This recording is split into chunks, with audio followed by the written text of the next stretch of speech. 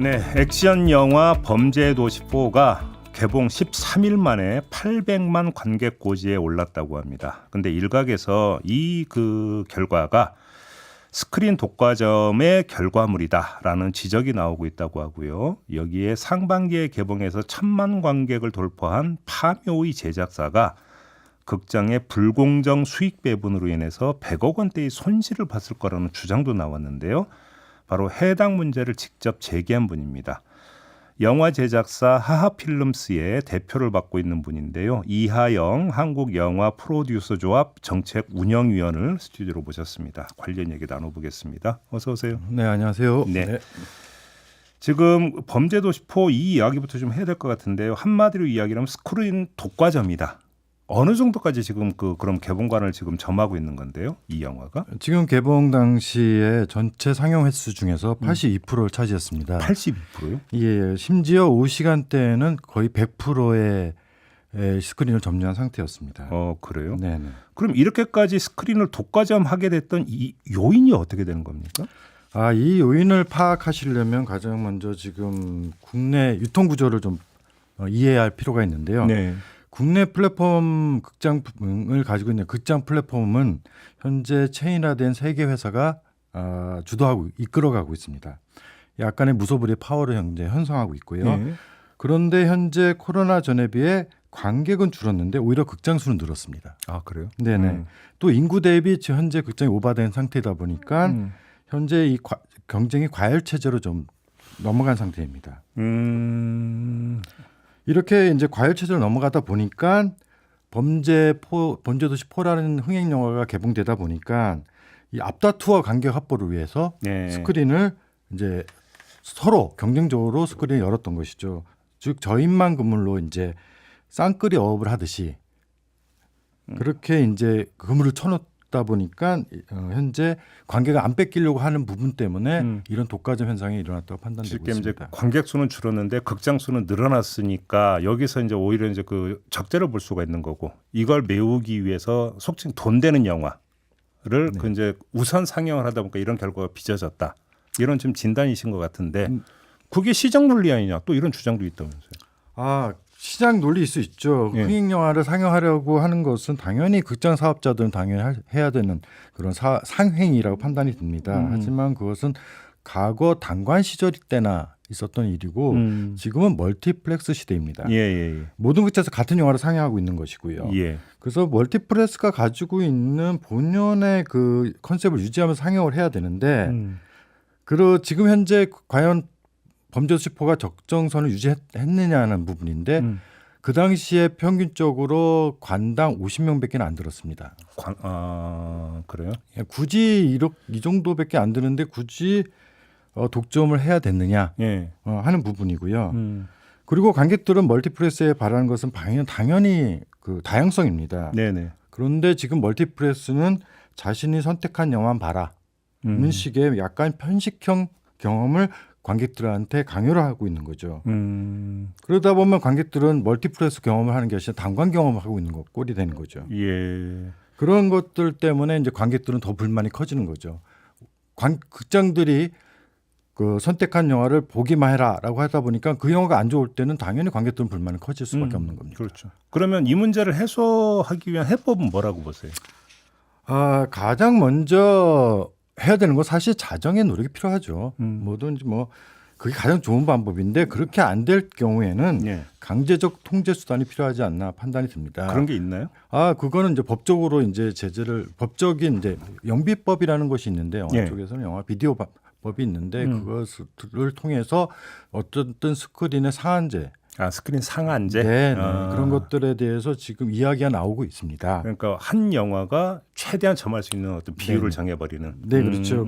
그런데 그렇게 하는 것이 사실은 안 좋은 것보다 좋은 것이 더 많으면 그걸 따를 수밖에 없는 상황이 된다고 봅니다. 지금같이 막무가내로 이렇게 몰아주는 것보다는 어쨌든 통제를 함으로써 시장을 그래도 어느 정도 정상화로 끌어올리는 방안이라고 판단됩니다. 그래서 이제 스크린 상한제가 하나의 어떤 현실적인 해법이 될 수 있다. 네네.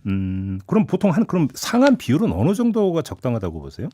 상환 비율은 현재 이제 프랑스나 이런 데 봤을 때 뭐 30% 50%가 나오는데 그거는 예. 좀 더 이야기가 나와야 되겠지만 현재로서는 독과점이라고 할 수 있는 50% 선에서 지금 이야기가 진행되고 있습니다. 예. 그럼 어차피 이제 그 상영관 입장에서는 좋든 싫든 다른 영화를 이제 틀 수밖에 없는 거 아니냐? 그렇죠? 네, 그럴 뿐만 아니라 예.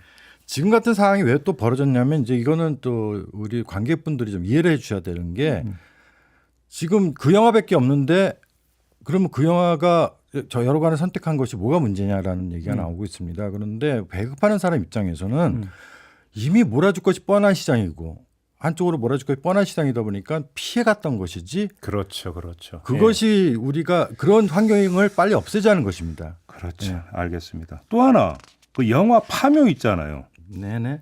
근데 이게 지금 105억 원에 달하는 손실을 입었다라는 얘기는 이게 말이 되는 얘기입니까? 일단 이제 그게 이제 객단가에 대한 용어가 이제 우리가 좀 이해를 하셔야 되는데 객단가가 뭐예요? 객단가라는 것은 1인당 평균 요금을 이야기합니다. 그러니까 영화 관객 입장에서 네네 그렇습니다. 예. 그래서 객단가 상승은 사실 가격 인상으로 이루어집니다. 음. 최근에 그 코로나 이후에 그 극장들이 3번의 가격을 인상했습니다. 예. 그로 인해서 관객은 더 떨어졌고 어. 저희 같은 경우는 이제 지푸라기라도 잡는 심정으로 그럼 객단가라도 올라갔겠지라고 판단했었는데 객단가는 오르지도 않고 오히려 떨어졌습니다. 오. 네. 그러다 보니까 지금 현재 일반 가격이 15,000원인데 네. 이거로 계산해서 조조라든지 청소년 가격을 좀 포함해서 계산을 하면 객단가가 한 12,000원 정도 나와야 되는데 할인 이런 것 때문에 실제로 얻는 관객 1인당 수입이 되는 거죠. 그러니까. 네네 그렇습니다. 예, 그런데 파묘 같은 경우는 9,700원밖에 나오지 않았습니다. 그래요? 네, 이런 걸 계산해 봤을 때 예. 1,000만 명이 든 파묘 같은 경우 약 105억의 손해를 봤다. 앉아서 그렇게 판단을 하고 있고요. 이래서 이런 심각성을 인식하고 저희들이 이제 극장한테 이제 좀 요구를 하기 시작한 거죠. 좀 객단가를 정상화시켜 달라. 네네. 아니면 그 할인 제도를 그 너희들한테만 저기 좋은 할인 제도를 좀 없애서 수제 가격을 다운시키는 게 어떻겠냐. 네. 관객들 입장에서 부담이 안 되게 네. 이런 요구를 하고 있는 것이죠. 그러면 영화관 입장에서는 조금이라도 관객을 더 모으기 위해서 할인 이런 것을 해주는데 그 할인에 대한 부담은 제작사는 이쪽으로 고스란히 다 전가된다 이런 말씀이신 거예요? 이 부분이 가장 큰 이슈가 되고 있는 것입니다. 예. 지금 조조라든 청소년 할인까지는 저희들이 당연히 인정하는 부분인데 예. 지금 그게 그런 걸 인정하더라도 12,000원이 나와야 되는데 그 만원 언더로 떨어졌다. 왜지? 하라고 판단했을 때 가장 중요한 것은 통신사, 카드사, 포인트 카드 등에 의한 할인 부분입니다. 예. 이 할인 부분에 대해서 이거는 소비자가 적립한 마일리지와 포인트로 차불된 금액입니다. 예. 그 할인 비용이 객단가에 정확하게 반영이 되지 않고 있는 것이죠. 그래서 이 할인을 빼고 정산을 하다 보니 이런 현상이 벌어졌던 것입니다. 그러면 105억 손실이라는 것도 그러니까 추정입니까? 저희들이 이제 계산해 봤을 때 추정할 수밖에 없는 것이 뭐냐면 정확한 데이터를 공개를 안 해요? 네, 현재 그것을 영업 비밀이라는 이유로 공개하지 않고 있습니다. 지금 현재 가격대로 하면은 일반 요금, 청소년 요금, 조조 요금 이렇게 한 3단계로 나와야 되는데 요거 우리가 저 부분 계산서라고 하는데 그런 계산서를 보면 20개 이상이 나오고 있습니다. 네. 거기에 대한 각각의 이유를 좀 달아달라 하였을 때 정산 문제 때문에 좀 확인하려고 하였을 때 그들이 하는 얘기는 영업 비밀이라는 얘기로 저희들한테 오픈하지 않고 있습니다. 저희도 작지만 사업을 하고 있는 사람 입장에서는 네. 그 정산 문제가 굉장히 중요한데 그 정산을 해주지 않고 있는 거죠. 그러면 지금 제작사 입장에서는 이중고잖아요. 그러니까 네, 상영관을 확보를 못해서 그 문제고 설령 확보를 한다도 객단가 때문에 수익이 지금 보장이 안 되는 문제가 있는 거고 이중고네요. 간단히 이야기하면. 그뿐만 아니라 지금 고래 싸움에 새우등 터진다고 네. 극장과 관련된 유통에 문제점들이 많습니다. 그게 무슨 스크린 독과점, 객단가, 심지어 홀드백 거기에 요번에 같이 서로 합의 없이 진행된 가격 인상까지 네. 이런 것들이 다 지금 현재 세계 플랫폼의 그들 안에서의 경쟁 때문에 네. 오버부킹에서 극장을 많이 전 그들 때문에 그들 안에서 지금 과도한 경쟁이 벌어진 상태입니다. 저희는 아무것도 아니죠. 근데 고래인 그들이 해결점을 찾아줘야 되는데 예.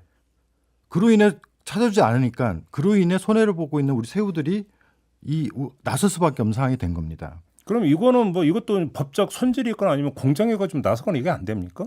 그래서 그런데 이것들이 나서려고 해도 워낙에 지금 그 사항이 그들이 맞는 사항들이 많고 예. 그들을 우리가 너무 현재 무소불위의 파워를 갖고 있다 보니까 함부로 얘기도 못하고 우리가 갑을 관계다 그렇죠. 이거죠. 그리고 우리가 영화를 개봉해야 되고 그들한테 영화를 좀 상영해 달라고 하는데 혹시나 손해 볼 수도 있기 때문에 함부로 네. 얘기를 하지 못하는 상황입니다. 이거는 좀 전면적으로 한번 좀 사회적 공론화가 좀 필요하겠네요. 네, 그렇습니다. 그런 좀 점에서 공론화가 돼서 예. 그들이 좀 이거에 대해서 해결점을 스스로 찾아주지 않는다면 저희들도 뭐 밖으로 나갈 수밖에 없고 네. 정부나 여러 군데 국회나 얘기할 수밖에 없는 상황이 된 것 같습니다. 그렇죠. 이건 또 관객 입장에서 좀 목소리를 좀 낼 부분도 좀 있는 것 같습니다. 네, 이건 관객한테도 피해를 보는 상황입니다. 저희가 영화를 못 만들면 예. 좋은 영화를 못 만들면 극장도 망하지만 그러니까요. 관객들한테도 향유권을 뺏기는 상황이 되는 거죠. 선택지가 그만큼 줄어드는 거니까. 알겠습니다. 자, 오늘 말씀 여기까지 들어야 될 것 같네요. 고맙습니다. 감사합니다. 네, 한국영화 프로듀서 조합의 이하영 정책운영위원과 함께했습니다.